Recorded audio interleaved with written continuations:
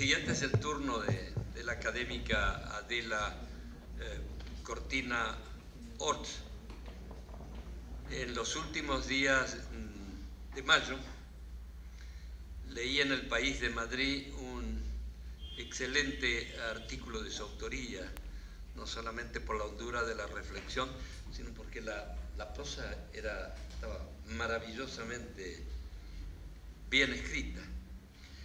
Pero si yo hubiera querido leer ese artículo hoy en Buenos Aires, a través de ese instrumento de la información y el conocimiento que ha sido el viejo diario de papel, ya no podría hacerlo.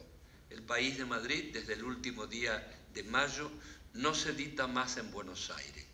Y esto me lleva a un tema que sobrevoló en esta mañana que tuvimos de muy excelentes exposiciones, entre las palabras tan valiosas del académico Rosendo Fraga, cuando habló de la necesidad de la regulación de las redes sociales. Entró casi de rondón en este tema, pero hablar hoy de la necesidad de la regulación de las redes sociales es penetrar en un debate que comienza a darse y que en la Argentina lo tengo registrado de manera muy abierta, por primera vez diría que en los últimos 2 meses. Los medios tradicionales de prensa se debatieron durante 20 años, más de 20 años.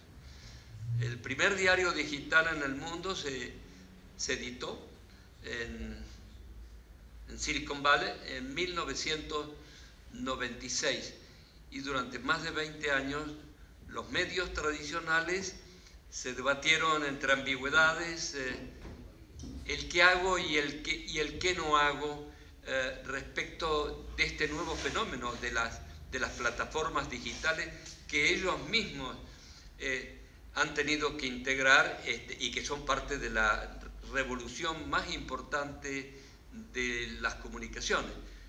Estamos viviendo en este momento no el encuentro de dos eras, sino el de la difuminación de una era que prácticamente nació con Gutenberg. Si quieren, lo podemos instalar a comienzos del siglo XVII, cuando verdaderamente aparecen los diarios que conocemos como tales, y la afirmación de otra era, que es la era del mundo digital, que no ha terminado de instalarse porque cuando comenzó esta reunión seguramente ha habido alguna novedad en este terreno tan revolucionario que nos deje con la boca abierta cuando nos enteremos mañana que disponemos de alguna nueva aplicación, de algo que puede cambiar nuestras propias vidas. Y desde hace 2 meses, un poquito menos, con el comparendo de Mark Zuckerberg ante el Congreso de los Estados Unidos, donde se le pidieron cuentas sobre el funcionamiento de Facebook, sobre la utilización de los datos de las personas para ponerlas al servicio de intereses comerciales y, lo que es peor, políticos al servicio de campañas que han tenido derivaciones muy fuertes en el Brexit, en el triunfo del Donald Reagan. Se ha producido una catarata de hechos que nos ha llevado a esto que enunció muy rápidamente Rosendo, pero yo creo que en sí mismo es de una trascendencia tal que merecería un tercer encuentro entre nosotros para hablar de todo lo que se deriva de esta revolución y de lo que vamos a hacer, cómo incide en nuestra vida cotidiana, cómo incide en la educación, el tema de las fake news, la gravitación de las redes sociales y de la instantaneidad de la información que está contribuyendo a poner en jaque el sistema de representación política en todas partes del mundo. De modo que la leeré, querida profesora, en adelante a través de la plataforma digital.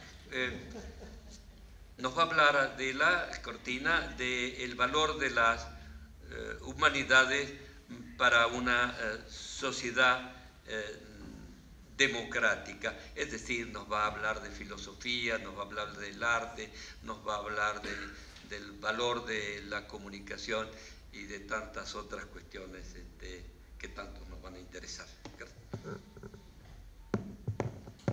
Bueno, ante todo, muchas gracias a la Academia Nacional de Ciencias Morales y Políticas de Argentina, sobre todo en la figura de su presidente, Marita Carballo. Mi felicitación por esos 80 años tan bien llevados y que sean muchos más y además en buen estado.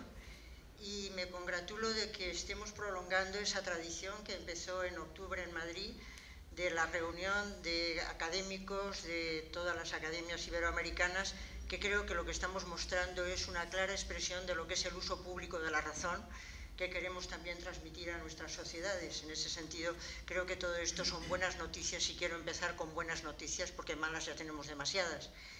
Yo quería hablar esta tarde del valor de las humanidades para una sociedad democrática y quería empezar mencionando la obra de John Rawls, que ha salido en muchas ocasiones, Liberalismo político, donde se preguntaba cómo es posible mantener una constitución democrática en una sociedad pluralista en la que conviven distintas doctrinas comprensivas del bien. La respuesta, como es bien conocido, es la de que consiste en asegurar que es preciso diseñar una concepción moral política de la justicia capaz de atraer un consenso entrecruzado entre las distintas doctrinas comprensivas del bien. Esta sería la forma de hacer posible el ejercicio de la virtud de la tolerancia, una de las virtudes moral políticas que con tanto acierto ha estudiado entre nosotros nuestro compañero Pedro Cerezo. Las distintas doctrinas comprensivas del bien, lo que yo he llamado en ocasiones éticas de máximos, podrán tolerarse mutuamente, podrán construir juntas y no solo coexistir, solo si comparten una concepción de la justicia, una ética mínima. El procedimiento para construir esa concepción, para construirla filosóficamente, consiste en tomar el camino de una hermenéutica coherencial que trate de desentrañar las claves de la cultura política de esa sociedad. La cultura política pública, según Rawls, cito textualmente, abarca las instituciones políticas de un régimen constitucional y las tradiciones públicas de su interpretación, incluidas las del Poder Judicial, así como los textos y documentos históricos que son de conocimiento común. Fin de la cita. Está estrechamente ligada a la cultura social, distinta de la política, que es la que brota de las distintas doctrinas comprensivas como trasfondo cultural de la sociedad civil e impregna las universidades, las academias y las distintas instituciones. Sin esa cultura política pública que avala las ideas centrales de una sociedad democrática, la Constitución democrática no puede mantenerse a medio y largo plazo. Palabras como estas traen al recuerdo esa transición a la democracia española que llevamos ya 40 años los mejores de la historia de España y que se encontró como uno de sus problemas con la necesidad de cultivar en el país una cultura democrática. La sociedad civil estaba preparada para el tránsito, pero hacía falta un bagaje. Era necesario explicar a la ciudadanía qué es una constitución democrática, qué es un Estado de Derecho, en qué consisten las instituciones que la componen. Encarnar esa cultura en el ethos de la población era la tarea, porque como bien decía Ortega en un artículo de prensa publicado en 1908 con el título La cuestión moral, las leyes no mejorarán la vida nacional si no se acrece el peso moral del pueblo. La cultura, aseguraba textualmente, es un acto de bondad más que de genio, y solo hay riqueza en los países donde 3/4 partes de los ciudadanos cumple con su obligación. De esa cultura política forman parte sin duda aquellos saberes que forman el trasfondo sapiencial, el Hintergrundwissen de las tradiciones democráticas. Entre esos saberes, las llamadas humanidades tienen un lugar inexcusable. Y sin embargo, existe un reconocimiento generalizado de que vivimos un declive de las humanidades, que su enseñanza se reduce en los distintos niveles educativos en todos los países. En este punto, los países iberoamericanos no son una excepción, sino todo lo contrario. Las quejas de los especialistas menudean en la región y también en España por entender que los gobiernos potencian la formación en ciencias y técnicas y recortan los programas de humanidades. Quisiera preguntarme si esto es verdad, si están en declive las humanidades, si tienen un fundamento las reivindicaciones de las asociaciones en defensa de las humanidades. De esto es de lo que voy a ocuparme. En primer lugar, ¿están en declive las humanidades?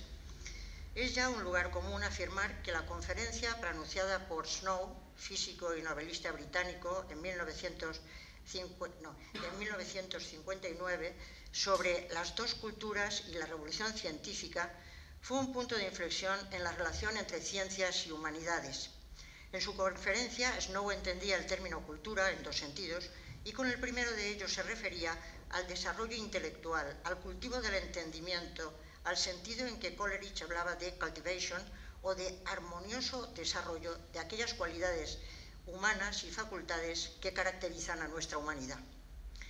Incluye entre sus cualidades tanto las que se desarrollan en el estudio científico como las que se desarrollan en los saberes llamados intelectuales, y alcanzar la humanidad en plenitud exigiría cultivar estas cualidades. Pero dice Snow, lamentablemente surgen dos subculturas, cada una de las cuales dejaría languidecer una parte de esas cualidades, porque con el tiempo se quiebran la unidad del saber, como se ha dicho, se produce una fragmentación de la racionalidad científica, práctica y técnica y se generan distintas subculturas. Dos grupos subculturales aparecen, que sería el de los intelectuales y el de los científicos.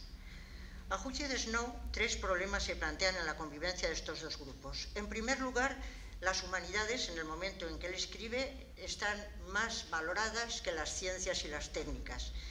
Y él entiende que es porque los intelectuales tratan de monopolizar la cultura. De hecho, cuando se habla de asociaciones culturales, se piensa habitualmente en humanidades y no tanto en el terreno de las ciencias. Piensan los intelectuales que la cultura es suya, es su tradición, y por otra parte, y esta es la crítica más dura, Snow lanza a los intelectuales la crítica de son luditas. Son luditas por antonomasia o lo que es idéntico, irresponsables. Por eso no han entendido la revolución industrial ni la han aceptado, cuando a juicio de Snow la única esperanza de mejora que existe para los pobres es justamente la revolución industrial. Y tercer punto, y tercer problema, es que entre la cultura de las ciencias y las humanidades existe una enorme incomunicación.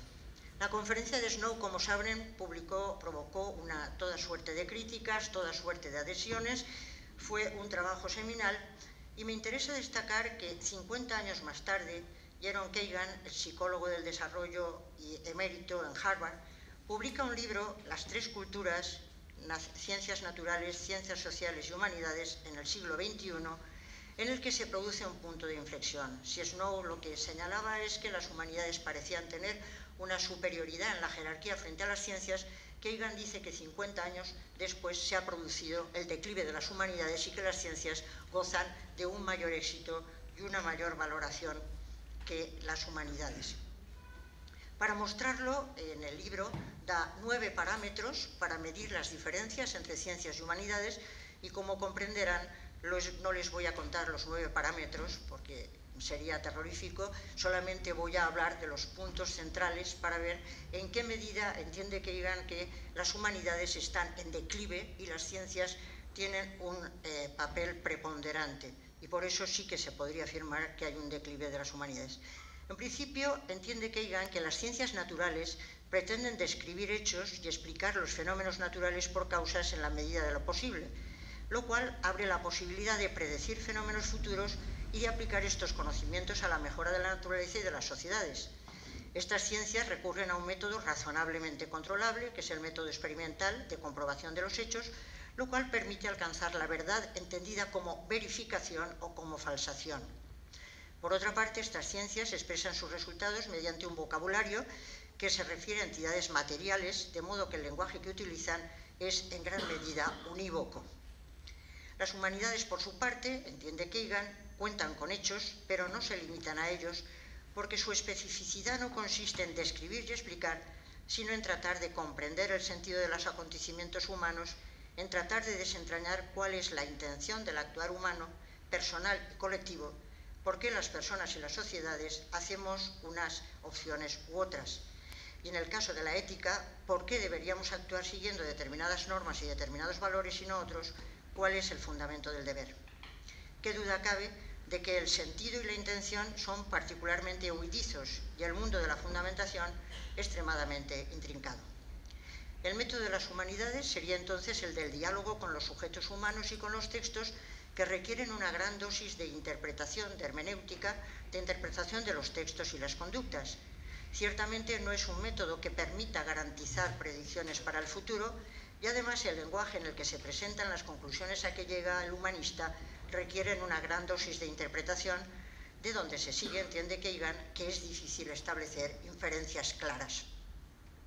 Como se echa de ver, resulta complicado adentrarse en el mundo misterioso del acontecer humano y de la fundamentación moral, pero además para hacerlo el investigador no puede desprenderse de sus propias valoraciones, sino todo lo contrario. Sin embargo, estas esquematizaciones de las distintas formas de saber que ha presentado Kagan, a mi modo de ver, son más bien simplificaciones, porque también en el mundo de las ciencias duras, que se dice, las dificultades de investigación son grandes y los resultados sumamente interpretables, y porque también las humanidades recurren a métodos empíricos, muy especialmente en el caso de la historia o las filologías, y trazar la frontera entre las tres formas de saber con un bisturí es verdaderamente imposible. Con todo, Kagan considera que las dificultades mencionadas explican en parte el declive de las humanidades, pero añade otras razones que voy a mencionar muy rápidamente. La primera me parece tan sumamente insultante que no sé por qué no la menciono, porque Kagan entiende que los puestos en humanidades son ocupados por mujeres y por minorías, y esto es un síntoma de que son saberes de segunda. Esto no merece ni comentario. Pero también considera nuestro autor que los humanistas, y en esto puede que tenga razón, han perdido su sentido de la profesionalidad, cuando los posmodernos argumentan que cualquier persona puede filosofar, escribir una novela, una historia, una biografía, hacer aguda crítica filológica o interpretar acontecimientos históricos sin necesidad de haber adquirido conocimientos específicos de las humanidades. Es que los saberes que componen las humanidades no cuentan con métodos específicos, con términos y conceptos peculiares que es preciso conocer para manejarse en ellos, componiendo un vocabulario propio que conviene enriquecer, pero al que no se pueden renunciar, con tradiciones que ayudan a resolver mejor los problemas actuales y con un modo propio de comprobar la verdad, la adecuación o la validez de las propuestas. La respuesta a esta pregunta es que sí que cuentan con todo ello, la respuesta que yo daría. Siguiendo de nuevo a Ortega, podemos decir que estos saberes específicos de lo humano, que con el tiempo recibieron el nombre de moral sciences o bien morals en el mundo anglosajón, ciencias morales y políticas, con las que tenemos algo que ver en este foro, en el mundo francés y en el mundo hispano, Geisteswissenschaften frente a las Naturwissenschaften en el mundo germano, se ocupan de hechos exclusivamente humanos, proporcionan un conocimiento estricto, aunque no exacto, trabajan con hechos, pero no se limitan a ellos, sino que tratan de articularlos desde el sentido, que es la materia inteligible en el mundo humano. No se puede decir mejor, es de Ortega, obviamente. Pero también, como hemos dicho, cuentan con la ayuda de otros métodos, aunque no sean específicos suyos. En cualquier caso, la razón más poderosa para el declive de las humanidades es la cuarta de las que ofrece Kagan, que este tipo de saber no engrosa el Producto Interior Bruto de las sociedades y, por lo tanto, dice, no influyen en el desarrollo. Naturalmente es muy discutible que se entienda aquí por desarrollo, porque la noción de desarrollo humano es mucho más amplia de lo que se refiere al Producto Interior Bruto, como viene mostrando, entre otros, el enfoque de las capacidades de Amartya Sen. Incluso algunos autores sugieren que se incluyan en el desarrollo humano nociones de vida buena. Pero en cualquier caso, la justificación que suele aducirse explícita o implícitamente para recortar la ayuda a las humanidades o reducirla en los planes de estudios es que no aumentan el Producto Interior Bruto de los países y parece entonces un saber inútil. Con lo cual, muchos defensores de las humanidades basan sus reivindicaciones en reconocer que de algún modo las humanidades son inútiles, pero que ahí precisamente radica su grandeza, en la utilidad de lo inútil. Voy a la segunda parte, utilidad y fecundidad, juegos de suma positiva. En efecto, una buena parte de los defensores de las humanidades basa su defensa de este tipo de saber en la convicción de que hay una utilidad de lo inútil, por decirlo con el título del bestseller de Nuccio Ordine que se publicó en 2013. Recogiendo una gran cantidad de textos de los clásicos de la filosofía y la literatura, Ordine distingue entre dos tipos de utilidad: la que produce beneficios económicos, que es la que interesa a nuestras sociedades de mercado y por tanto a los gobiernos, y la que nos hace mejores. Según él, según Ordine, existen saberes que son fines por sí mismos y que precisamente por su naturaleza gratuita y desinteresada, alejada de todo vínculo práctico y comercial, pueden ejercer un papel fundamental en el cultivo del espíritu y en el desarrollo civil y cultural de la humanidad. Fin de la cita.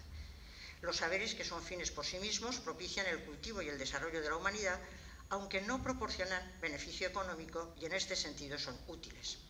El ejemplo de un museo o de un yacimiento arqueológico resulta sumamente ilustrativo porque pueden ser una fuente de ingresos, pero su existencia no debe estar subordinada al éxito económico, sino que se debe preservar a toda costa para que los disfrute la colectividad. Recordando las hermosas palabras de Hölderlin, "Was bleibt aber stiften die Dichter". Sin duda, en esta apelación a saberes que se buscan por sí mismos, resuenan las palabras seminales de Aristóteles en la Metafísica, recordando que la filosofía primera es la ciencia suprema, precisamente porque no es productiva. Es, pues, evidente que no la buscamos por ninguna otra utilidad, sino que así como llamamos hombre libre al que es para sí mismo y no para otro, así consideramos a esta como la única ciencia libre, pues esta sola es para sí misma. En la diferencia entre aquellas actividades que son praxis teleia, que tienen el fin en sí mismas, y las que son praxis atelés, las que se realizan por un fin situado fuera de ellas, las primeras tienen la primacía en el orden jerárquico, porque son praxis en el más puro sentido de la palabra y no poiesis. Por eso, refiriéndose a la filosofía primera, dirá Aristóteles que todas las ciencias son más necesarias que esta, pero mejor ninguna. La concepción aristotélica, solo me quedan 5 minutos en los que tengo que comprimir todo lo que les quiero decir rapidísimamente, y me sabe muy mal haberme extendido en lo demás. Yo entiendo que no se puede hablar de esta utilidad de lo inútil, o no me parece oportuno hablar de ella, sino que creo que es más interesante hablar de utilidad y de fecundidad. Distinguir entre dos términos, utilidad y fecundidad. Creo que hay que mantener el término utilidad para aquel tipo de saberes que sirven para otras cosas, mientras seguir conservando la idea de fecundidad para aquellos saberes que por sí mismos funcionan como ese rocío que empapa la tierra y hace crecer la hierba. La fecundidad hace crecer la hierba al empapar la tierra, mientras que la utilidad sería la de aquellos saberes que sirven para otra cosa, pero que no sirven por sí mismos. La pregunta es entonces, o la cuestión es entonces, si puede haber saberes que valen por sí mismos y a la vez son útiles. Y mi respuesta es que efectivamente sí. Las humanidades tienen los dos ámbitos, o tienen las dos dimensiones. Por una parte, valen por sí mismos, y en este sentido me parece sumamente clara la afirmación que hace Kant en la fundamentación de la metafísica de las costumbres, cuando dice que trates a la humanidad, tanto en tu persona como en la persona de cualquier otro, siempre al mismo tiempo como un fin y nunca solamente como un medio. El hombre es fin en sí mismo, pero también se le puede tratar como un medio. Las humanidades son fines en sí mismas, se buscan por sí mismas, hacen crecer, trabajan por sí mismas, pero también se les puede utilizar como medios. Y cuando se les utiliza como medios, resulta ser que incrementan el Producto Interior Bruto. Y hay toda una utilidad de las humanidades en este momento que produce transferencia del conocimiento.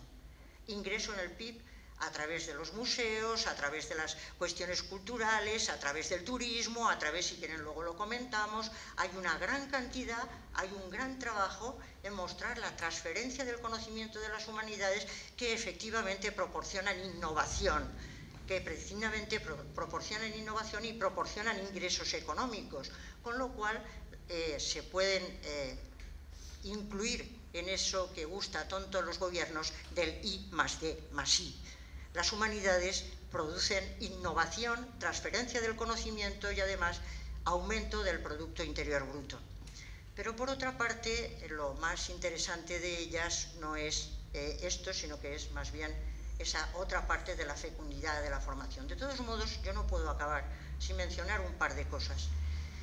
Primera de ellas, me parece sumamente interesante el planteamiento que hace Bode en su libro The New History of the Humanities, cuando dice que lo que ha ocurrido con las humanidades es que se han hecho historias de la ciencia, pero no se han hecho historias de las humanidades.